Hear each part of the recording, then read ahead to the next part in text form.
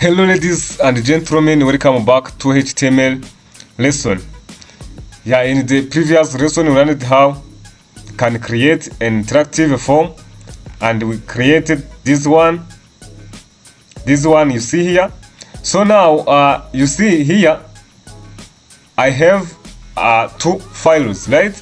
I have first one, this one, which is text file.html, and I have this one called link file.html, which represent this form, right?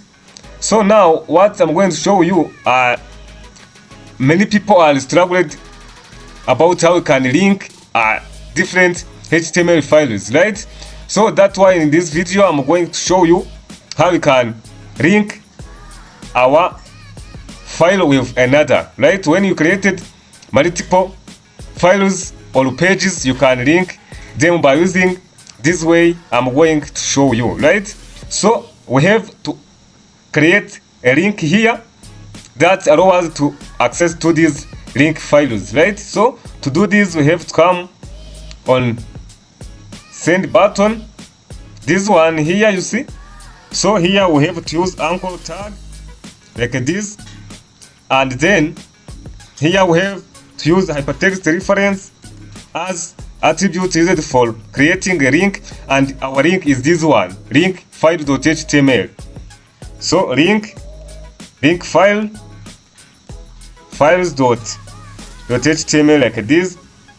Then inside of our anchor tag we have now to put our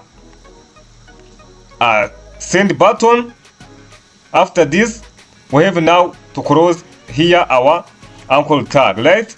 And remember, when we submit we use submit button, but here is just for link, to link the two files. That's why we use type called button, and then we have to save our file. Means that when we click on this button, send will just reach to these link files, right? So let us refresh our page and let us click on send.